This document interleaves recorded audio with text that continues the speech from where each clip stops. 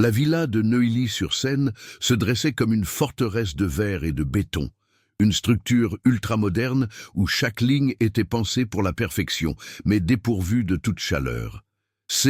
Était une journée de fin d'automne, et le ciel gris de Paris semblait se refléter sur les immenses baies vitrées, rendant l'intérieur encore plus froid et impersonnel. Le jardin, méticuleusement entretenu, ressemblait à une nature morte, figée dans une beauté stérile. À l'intérieur, le silence était si profond qu'il en devenait oppressant, brisé uniquement par le son qui tourmentait Alexandre depuis des semaines. Les pleurs aigus et désespérés de son fils de 5 mois, Léo. Ce cri, qui résonnait dans les couloirs immaculés, était le rappel constant et douloureux d'un vide que ni l'argent ni le pouvoir ne pouvaient combler. Une symphonie de solitude dans un palais de luxe. Alexandre rentra chez lui après une journée de réunion tendue, son costume coûteux ne parvenant pas à dissimuler la fatigue qui pesait sur ses épaules.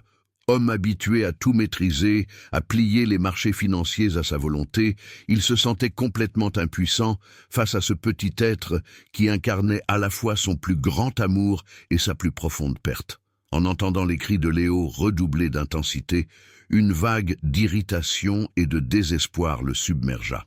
Il ignora la nounou, qui semblait tout aussi désemparée, et monta les escaliers 4 à 4, le son du marbre froid sous ses chaussures de luxe se mêlant aux sanglots de l'enfant. Chaque cri était comme une aiguille plantée dans la plaie encore vive de son deuil, un écho de l'absence de sa femme, et il sentait la colère gronder en lui, une fureur irrationnelle dirigée contre son propre échec. Lorsqu'il poussa violemment la porte de la chambre de son fils, il s'attendait à trouver le chaos habituel, le bébé hurlant dans son berceau. Mais la scène qui s'offrit à lui le cloua sur place.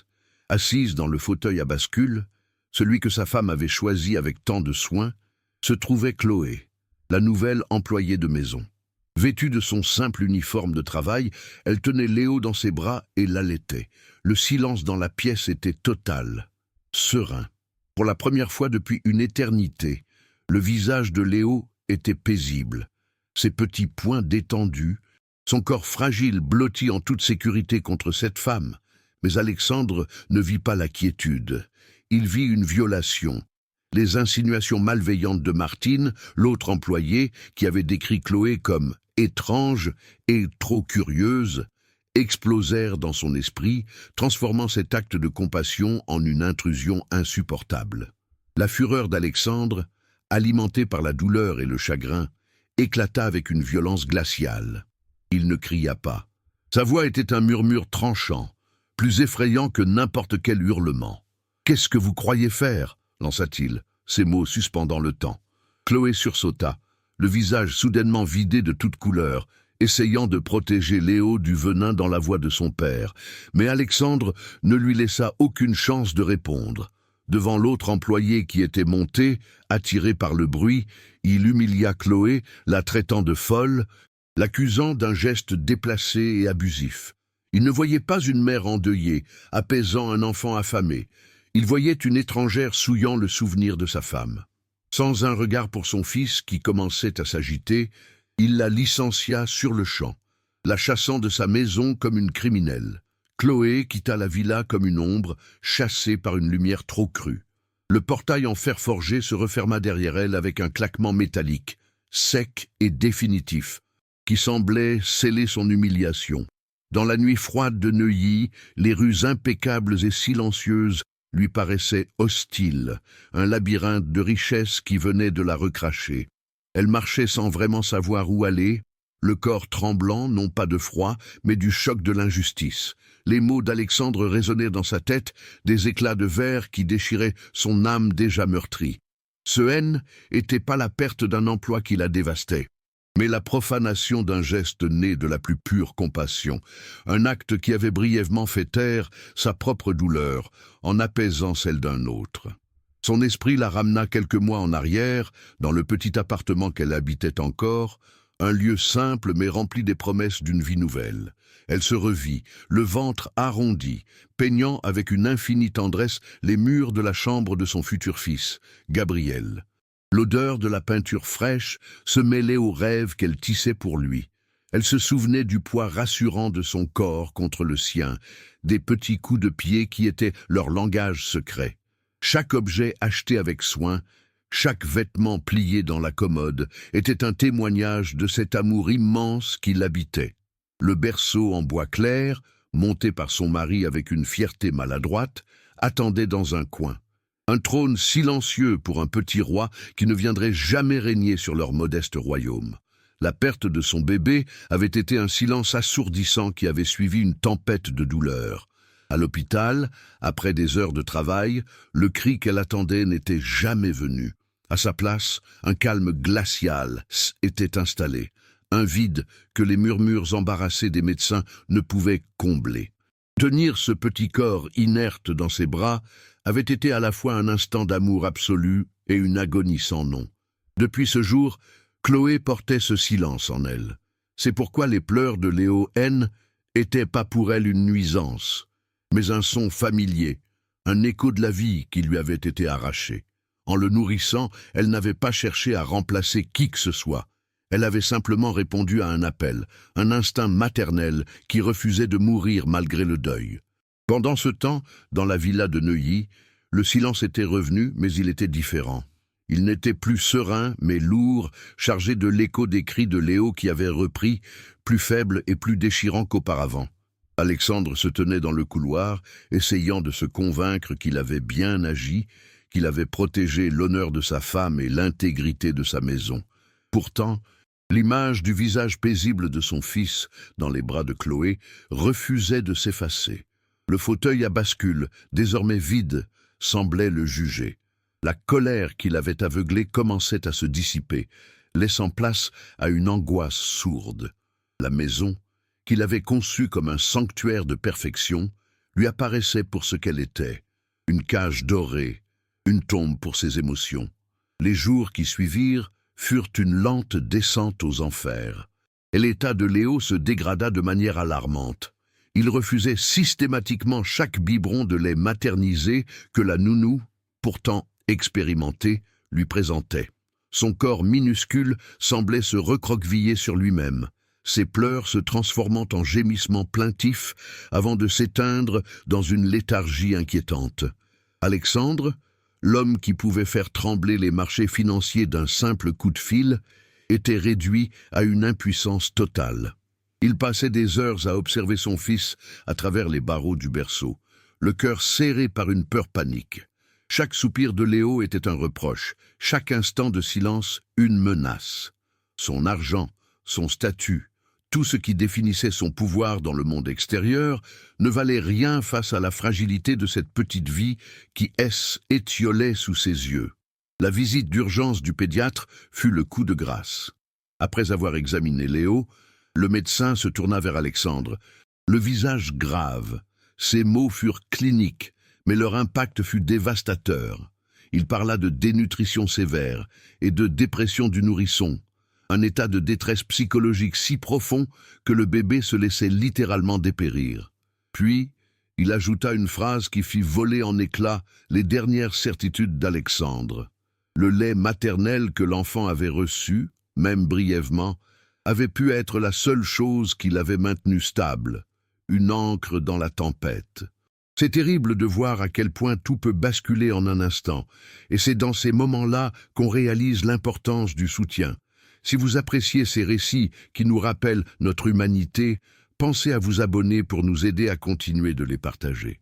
Ce fut l'ancienne gouvernante, une femme d'un certain âge, qui avait servi la famille bien avant la tragédie, qui osa briser le silence. Voyant le désarroi d'Alexandre, elle s'approcha de lui avec une douceur prudente. Elle lui raconta ce que Chloé, dans sa discrétion et sa pudeur, n'avait jamais mentionné lors de son entretien d'embauche.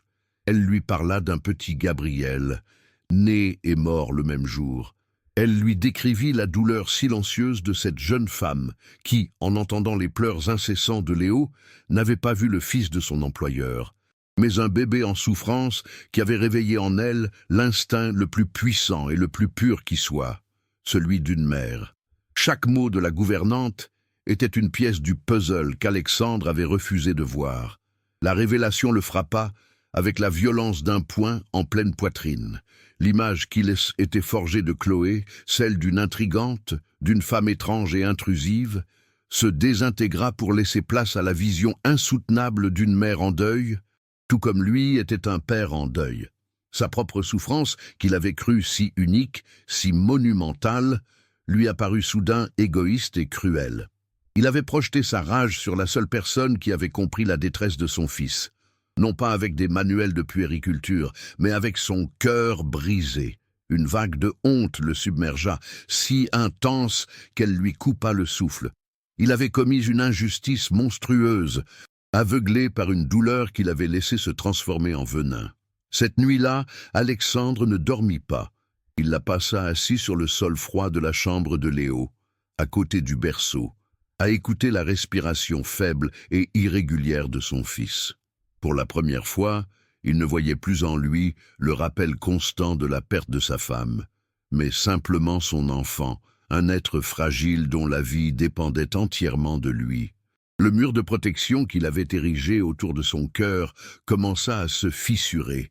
Il comprit que pour sauver son fils, il devait d'abord se sauver lui-même de son orgueil et de sa peine destructrice. Il devait admettre son erreur, sa terrible, son impardonnable erreur. Cette prise de conscience est souvent le premier pas d'un long chemin. C'est en partageant des histoires comme celle-ci que l'on peut inspirer ce courage. Et votre inscription est un soutien précieux pour continuer cette mission. Au lever du jour, une nouvelle détermination l'animait. Il n'était plus le PDG arrogant, mais un père aux abois. Il se lança à la recherche de Chloé avec une énergie désespérée. Il fouilla dans les dossiers du personnel, ne trouvant qu'une adresse laconique à Montreuil, une banlieue populaire à l'opposé de son univers. Il ne téléphona pas. Il savait qu'une telle demande ne pouvait se faire à travers un appareil. Il devait y aller, en personne, pour affronter le regard de la femme qu'il avait si brutalement chassée. Chaque kilomètre qui le séparait de son but était un acte de pénitence, un voyage vers une humilité qu'il n'avait jamais connue. Il ne savait pas ce qu'il dirait, mais il savait qu'il devait la trouver. L'arrivée à Montreuil fut un choc culturel. Loin des façades haussmanniennes et des jardins manucurés, il découvrit un quartier vibrant de vie, un monde fait de bruit, d'odeurs et d'une humanité palpable qui contrastait violemment avec le silence aseptisé de sa villa. L'immeuble de Chloé était modeste, avec de la peinture écaillée sur les murs du hall et une odeur de cuisine qui flottait dans l'air. C était un lieu où les gens vivaient vraiment, loin de l'existence stérile qu'ils menaient. Il monta les escaliers, le cœur battant à tout rompre, se sentant plus vulnérable et effrayé qu'il ne l'avait jamais été avant de conclure un accord de plusieurs millions d'euros. Il était un étranger dans ce monde, un roi déchu venu mendier. Il se tint devant sa porte, l'appartement 4B, pendant un long moment, la main levée, hésitant. Puis, rassemblant tout son courage, il frappa. Quelques secondes plus tard, la porte s'entr'ouvrit. Chloé apparut, vêtue simplement. Ses yeux, qui portaient encore les stigmates de son chagrin, s'écarquillèrent de surprise en le voyant, avant de se durcir d'une méfiance compréhensible. Aucun mot ne fut prononcé, mais le silence entre eux était lourd de tout ce qui s'était passé. Son arrogance, sa cruauté, sa douleur à elle. Alexandre ne vit plus une employée, mais une femme digne et blessée, à qui il devait bien plus que des excuses. Il savait que les prochains mots qu'il prononcerait pourraient soit sauver la vie de son fils, soit fermer cette porte pour toujours. Je suis désolé.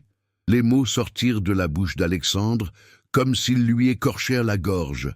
Maladroit et insuffisant, il se tenait dans l'entrée du petit appartement de Chloé, un espace simple mais chaleureux, où chaque objet semblait avoir une histoire, une âme. Le contraste avec le vide glacial de sa propre maison était si violent qu'il en eut le vertige. Il n'était plus le PDG qui donnait des ordres, mais un homme démuni, un père au bord du gouffre. Je n'aurais jamais dû. Ce que j'ai fait est impardonnable. Sa voix se brisa. Il regarda Chloé, non pas comme une employée, mais comme la seule personne au monde qui pouvait comprendre. Il ne lui demandait pas de revenir travailler. Il la suppliait. Avec tout l'orgueil qu'il avait dû piétiner pour venir jusqu'ici, de lui accorder ne serait-ce qu'une minute de son temps pour écouter le plaidoyer d'un homme qui avait tout perdu. « Mon fils est en train de mourir », avoua-t-il, et cette simple phrase contenait tout le poids de son échec. Il refuse de manger, il se laisse dépérir. Les médecins parlent de dépression, une dépression de nourrisson. Il fit un pas en avant, les mains légèrement tremblantes.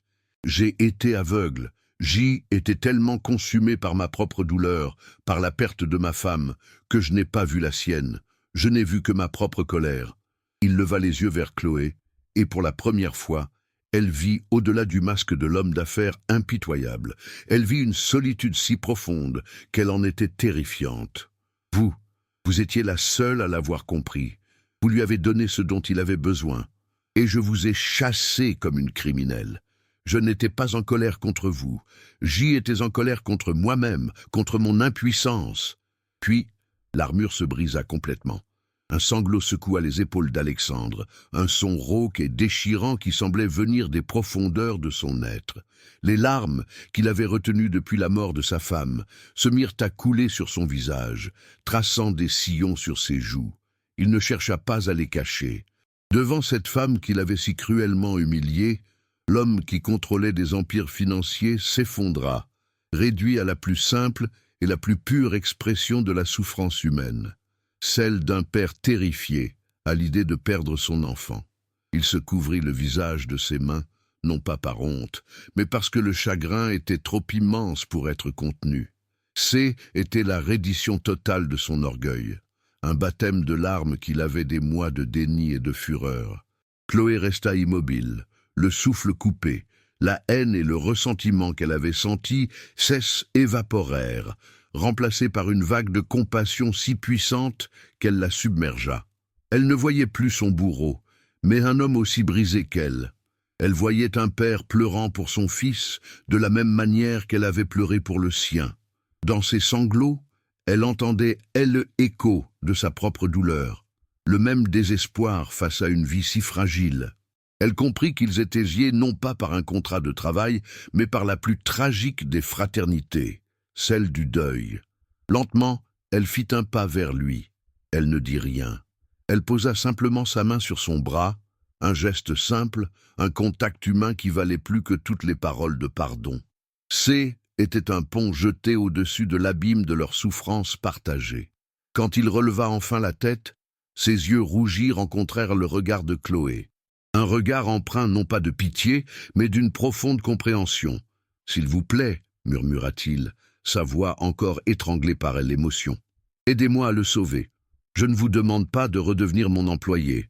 Je vous implore de l'aider. Il a besoin de vous. » Chloé ne répondit pas tout de suite. Elle pensa à Léo, à ce petit corps fragile qu'elle avait tenu dans ses bras, à la paix qu'elle avait ressentie en apaisant sa faim. Elle pensa à Gabriel, son propre fils, et sut ce qu'elle devait faire. Ce haine n'était pas pour Alexandre qu'elle le ferait, ni même pour elle.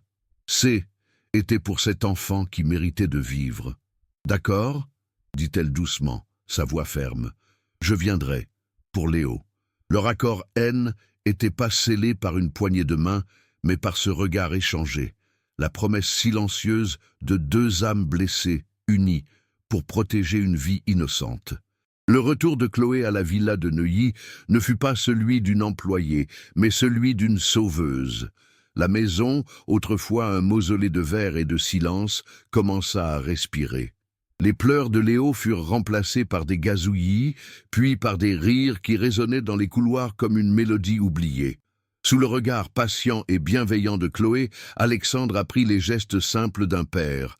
Il apprit à changer une couche sans maladresse, à donner un bain sans appréhension, à reconnaître la différence entre un cri de faim et un appel au réconfort. Lentement, il cessa de voir en son fils le souvenir douloureux de sa femme pour y découvrir un être unique, une promesse de vie. Chloé ne lui donnait pas de leçons. Elle lui montrait par l'exemple sa présence apaisante, guérissant non seulement le bébé, mais aussi le cœur brisé du père. Transformé par cette nouvelle dynamique, Alexandre prit des décisions qui auraient été impensables quelques semaines plus tôt.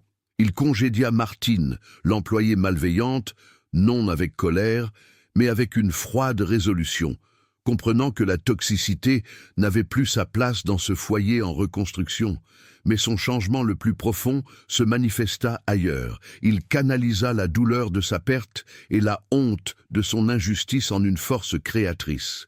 Il créa une fondation au nom de sa défunte épouse, une organisation dédiée à soutenir les mères ayant perdu un enfant et à fournir des soins aux nourrissons orphelins. Sa philosophie de vie bascula radicalement. L'accumulation de richesses, qui avait été le moteur de son existence, céda la place à la construction de liens, à la réparation des blessures et au partage de l'espoir. La villa N était plus une forteresse, mais le siège d'une nouvelle mission. 5 ans plus tard, le jardin autrefois stérile de la villa était un terrain de jeu vibrant de couleurs. Un petit garçon aux cheveux blonds y courait, poursuivant un ballon avec une énergie débordante, ses rires francs élevant dans l'air printanier. Léo, âgé de 5 ans, était un enfant épanoui, débordant de vie et de confiance. Il n'appelait plus Alexandre par son prénom, mais par le mot simple et puissant de « papa ». Et la femme qui le regardait avec des yeux pleins d'amour, assise sur la terrasse aux côtés d'Alexandre, elle n'était pas une gouvernante, mais maman Chloé. Ensemble, ils avaient tissé les fils d'une famille inattendue, une constellation née de la tragédie et cimentée par un amour patient et inconditionnel. La fondation, quant à elle, était devenue une référence nationale, un phare d'espoir pour des milliers de familles brisées par le deuil, un héritage vivant né d'un acte de pure compassion. Alexandre et Chloé observaient Léo, leur fils, sans échanger un mot. Le silence entre eux n'était plus celui de la douleur ou de la gêne, mais une communion profonde, une gratitude mutuelle qui n'avait pas besoin de paroles.